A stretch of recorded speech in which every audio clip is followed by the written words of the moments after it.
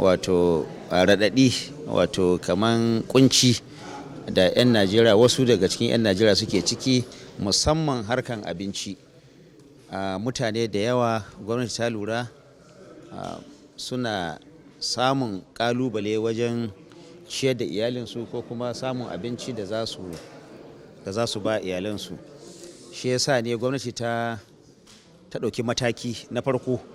Wannan mataki na farko shine a tabbatar da kowace jiha an ba ta abinci, wato truck, wato trailer kenan guda 20. Kuma ba wai an tsaya a nan ba ne, wannan mataki na farko ne da aka ɗauka. Bayan an yi wannan, in Allah da za a ci gaba, abin da ake so shine a samu yalwan abinci. Wahalhalun da mutane suka shiga saboda rashin abinci ko kuma karancin abinci ya kasance cewa an rage shi. Abin da sa aka kenan. Shinkafa ne, shinkafa. Yanzu haka da muke magana, minista, matasa na takardar ƙasa cewa fa an kamar abin ya ɗan yi musu zafi, za su shiga zanga-zanga. Me za ku ce musu ko a gwamnatance? To babu wani, mu a gwamnatance babu dalili na wannan zanga-zanga. An sani cewa akwai wannan matsi, kuma akwai irin wannan wato kira ga gwamnati ta ƙara yin abubuwa saboda wasu sun shiga wani matsi. To gwamnati za ta ci gaba da yi, kuma gwamnati na ƙara kira ga 'yan Najeriya da su kansu matasa da su ƙara haƙuri. Zanga-zanga ba wani abu ba ne mai alfanu ga al'umma gaba ɗaya. Duk ƙasashen da inda aka yi zanga-zanga babu inda aka samu wato ci gaba da haka ɗin.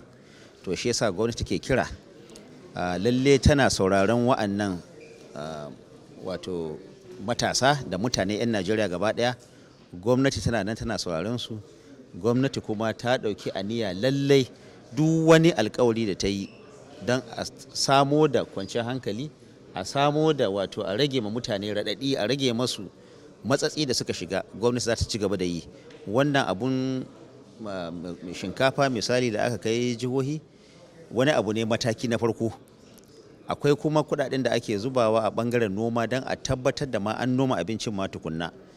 Bai kamata ba a ce kullum muna zuwa ana tsammanin wai a shigo da abinci waje. Kuma ana kuma ƙara ɗaukan matakan tsaro domin a tabbatar da wato manoma sun koma gonakansu sun yi noma domin wannan abinci yalwanta a ƙasarmu baki ɗaya. Akwai zargi cewa kamar wani ta bai wa malaman addini cin hancin naira miliyan 16 su hau mumbari su hana zanga-zanga. Me za ka ce masu wannan zargi? Kai haba, ya za a irin wannan magana kai ma ubale? Idan mai ji ga yadda yake, ai mai sauraro kuma ya kamata shi ma ya nashi tunani. Wannan ba gaskiya bane, ba ai haka ba. Amma dai gwamnati tana tuntuɓa, tana kira ga malamai da kuma duka mutanen ƙasa, da malaman addinin musulunci da na Kirista. Duka gwamnati tana tuntuɓa, kuma za ta ci gaba da wannan tuntuɓa domin ta fahimtar da su me take ciki, me kuma ake son a yi, su ma kuma su gaya ma gwamnati abin da halin mutane suke ciki. Wannan abu ne wanda an saba yin sa, ba aibi bane, kuma ai ya kamata, ai su wato malamai ai wakilan jama'a ne, kuma tuntuɓa da su ba aibi bane. Za a ci gaba da yin haka da malaman addinin musulunci da kuma na Kirista. Duka za a ci gaba da tuntuɓa su domin gwamnati ta gaya masu abin da take, mai wani shiri take ciki, su kuma su gaya ma gwamnati abin da al'umma take ciki domin a samu matsaya. Abin da muke fata shine a samu zaman lafiya, a samu yalwan arziki, a samu kwanciyar hankali domin Najeriya ta ci gaba. Rijiya tana bayarwa, guga na hanawa. Ana zargin cewa gwamnatin tarayya takan bayar da kayan abinci ko abincin ko na makamancin haka, amma abubuwan nan ba sa kaiwa talaka a lokacin da su shiga hannun gwamnoni. Yakan kare ne kawai ga magoya bayansu da masu musu bin bayansu, ba sa ba wani bangare ko adawa ko na makamancin haka. To kuma 'yan jarida da kuma al'umma gaba ɗaya suna da haƙi su ma a wannan. Yadda ake tambayan gwamnatin tarayya idan ba ta yi abu ba, ya kamata su ma gwamnatocin jihohi su ma a yi masu tambaya. Amma mu haƙƙinmu ne mu faɗi abin da gwamnati ta yi, abin da gwamnatin tarayya ta yi. Ƙwarai ko ana bin diddigi, ana kuma ba su shawarwari. Amma ai akwai kuma limit ɗin da za ka kai. Misali, tunda wato jama'an nan suna zaune ne a jihohi, su kuma gwamnoni su suka fi sanin su, tunda tare da su suka fi sanin su ya kamata a ce sun san wanda ya kamata a ba abincin nan. Amma abin da gwamnatin tarayya take kira shine su tabbatar da don Allah abincin nan ya kai ga mutanen da ya kamata a basu. Mutanen da suka jibkata masu ƙaramin ƙarfi su ne ya kamata a ce abincin nan ya kai gare su. Su ya kamata a ce idan gwamnatin tarayya ta yi nata, su ma gwamnatocin jihohi su yi nasu. Kuma ƙarin ma bayani shine ai abin da gwamnatin tarayya ta yi ba wai shi kenan ba.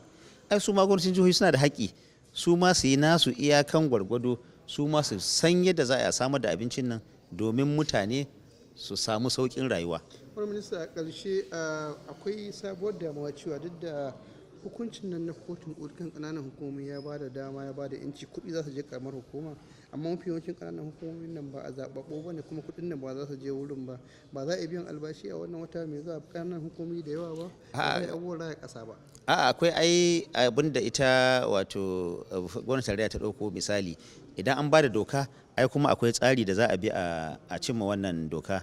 Ka sani cewa an daɗe a cikin wannan tsari, zai yi wuya a ce rana guda kawai a ce an yanke wannan abun. Dole a bi, ba za a yi kuskure ba a son a yi kuskure, dole a bi tsarin da za a yi a fita daga wancan tsohon shiri a koma kuma sabon shiri. Amma maganan ba za su samu kuɗin su ba haka bane. Lalle kuɗi zai je ƙananan hukumomi kuma za a ci gaba da ba su kuɗaɗen nan. Abin da ake so shine a samu gwamnati kusa da talakawa. Shine ai waɗanda suka tsara mulkin namu na Najeriya abin da suka sa a rai kenan, kuma abin da gwamnati ta ƙara zuwa kotu ta jaddada shi kenan, domin mutane su samu wato gwamnati, su ji gwamnati, su numfashi gwamnati kusa da su, su san cewa gwamnati na kusa da su.